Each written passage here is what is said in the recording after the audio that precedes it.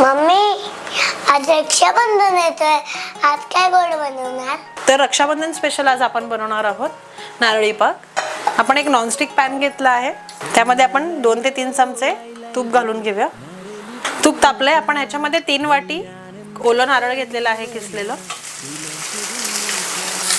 आता आपण ह्याला कमीत कमी 6 ते 8 मिनिटं छान परतून घ्यायचं आहे। आपण 3 वाटी खोबरं घेतलं होतं किसून, त्याच्यासाठी मी 1.5 वाटी साखर घेतली आहे।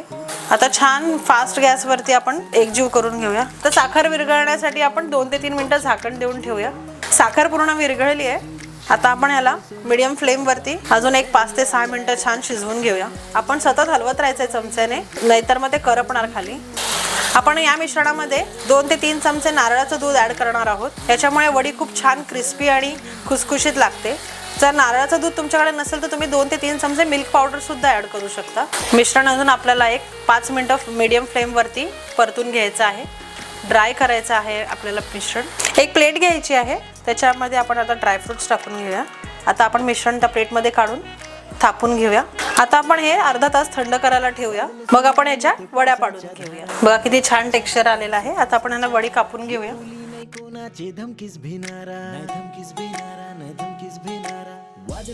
जर तुम्हाला ही व्हिडिओ आवडली असेल तर प्लीज चॅनलला लाईक, शेअर आणि सबस्क्राईब करा।